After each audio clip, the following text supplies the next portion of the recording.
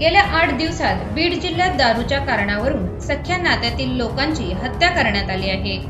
गेल्या आठवडाभरात अशा जवळपास 8 घटना घडल्या आहेत।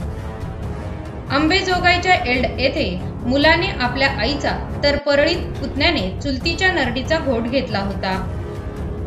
माजल गावात काही दिवसांपूर्वी बाबासाहेब आगे यांची हत्या झाली होती, ती देखील आरोपीने दारूच्या नशेतच केली होती।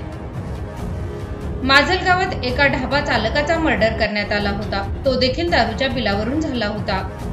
आता खानपूर येथील घटना देखील दारूच्या नशेतच झाली आहे।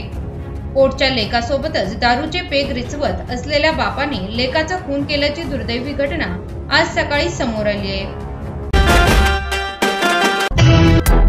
त्वचा रोगाने त्रस्त आहात? चिंता सोडा। सर्व प्रकारच्या त्वचा विकारांवर 100% खात्रीशीर उपचार, तेही कमी खर्चात। इसब, गजकर्ण, नायटा व सर्व प्रकारचे जुनाट त्वचा विकारांवर 100% खात्रीशीर उपचार। कोणत्याही त्वचेच्या रोगावर खात्रीशीर इलाजासाठी लगेच संपर्क साधा। आमचा पत्ता आनंद हॉस्पिटल, कासेगाव, तालुका पंढरपूर, जिल्हा सोलापूर।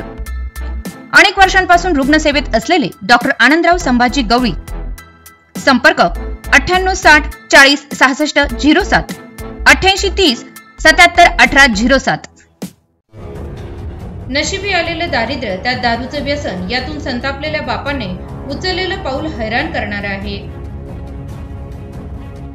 बीड मधील माजलगाव शहराजवळील खानापूर येथे राहणाऱ्या एका बापाने स्वतःच्या लेकाची अत्यंत निर्घृणपणे हत्या केली। रोहित गोपाळ कांबळे असे मृत तरुणाचं नाव असून गोपाळ विठ्ठल कांबळे असे आरोपी बापाचे नाव आहे। मृत मुलगा आणि आरोपी असलेला बाप या दोघांनाही दारूचे व्यसन होते। दारू आणण्याच्या कारणावरून या दोघांमध्ये नेहमीच कुरबुर व्हायच्या। 8 दिवसांपूर्वी रोहित कांबळे याने गळफास घेऊन आत्महत्येचा देखील प्रयत्न केला होता। दोघेही एकत्र दारू प्यायला बसायचे, मात्र दारू आणण्यावरून आर्थिक कारणावरून दोघांचे नेहमी भांडण होत असायचं। आज 4 मे रोजी सकाळी दोघेही दारूच्या नशेत असताना पुन्हा त्यांच्यात कुरबुर झाली। यावेळी बापाने जवळच पडलेला लाकडी बांबू डोक्यात घालून त्याचा खून केला।